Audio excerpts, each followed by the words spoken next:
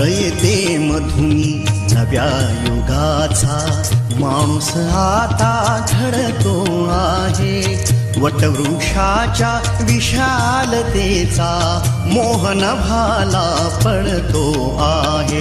रयते मधुनी नव्या युगाचा माणूस आता घडतो आहे.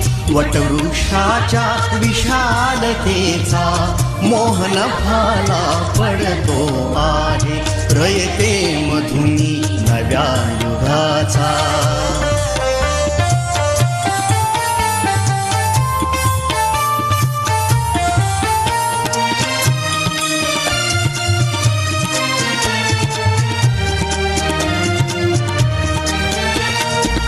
कर्मवीरांचे ज्ञानपीठ हे शक्तिपीठ ही ठरते आहे. शाहू फुल्यांचे समानतेचे तत्व